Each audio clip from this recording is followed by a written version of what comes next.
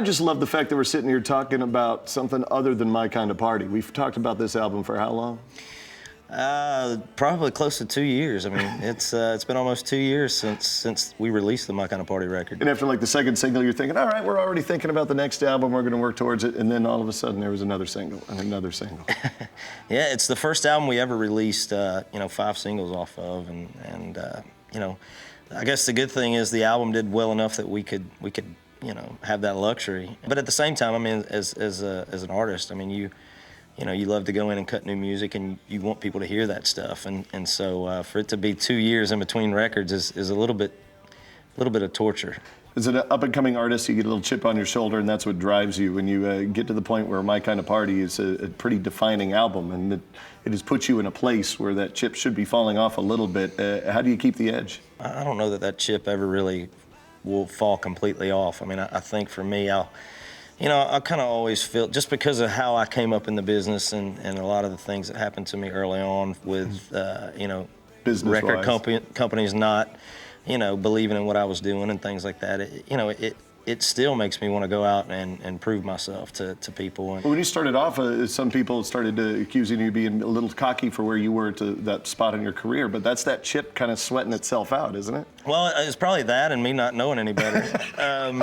I never thought about it as being cocky or arrogant. I think it's more of a, again, to go out on stage and play in front of 30,000 people, I mean, you've got to have some sort of swagger, some sort of confidence, and I think that's not a normal position to be in. Right.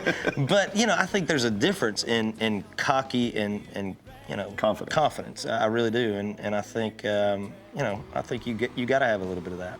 Sure, and with a growing set list of monster hits, that confidence can only go up a little bit.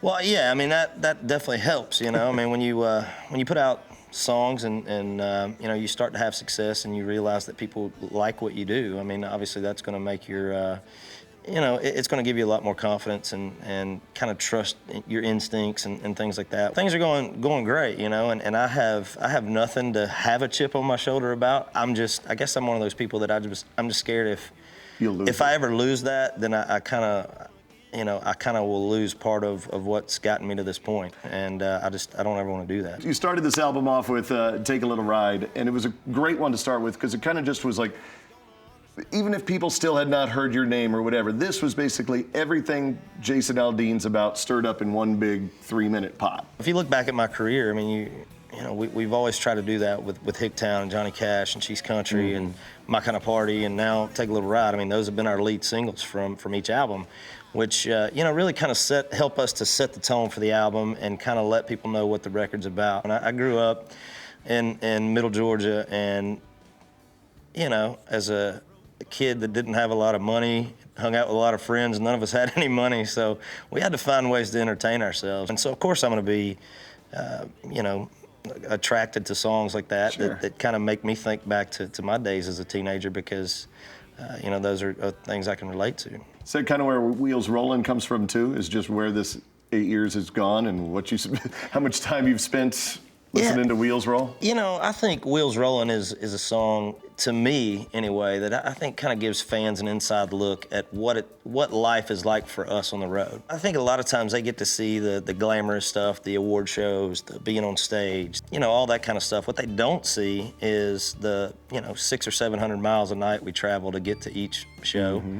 The time you spend staring at the ceiling, with nothing to do. You mentioned that the music shares a little piece of every artist, and this is definitely a song that does that.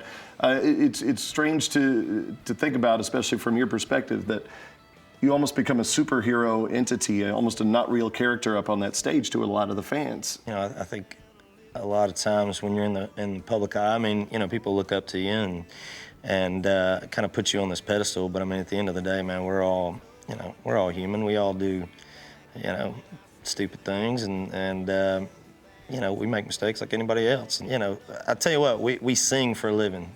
Nobody should put us on that high of a pedestal, I promise you. In reality, we're we play an instrument and sing for a living. Like, you know, we're not changing the world here by any means, I promise. And you're just making people's lives a little brighter. We're just normal, man. We just want to give you something to listen to on the way to work and back home every day. That's what we're here for. We're here for elevator music.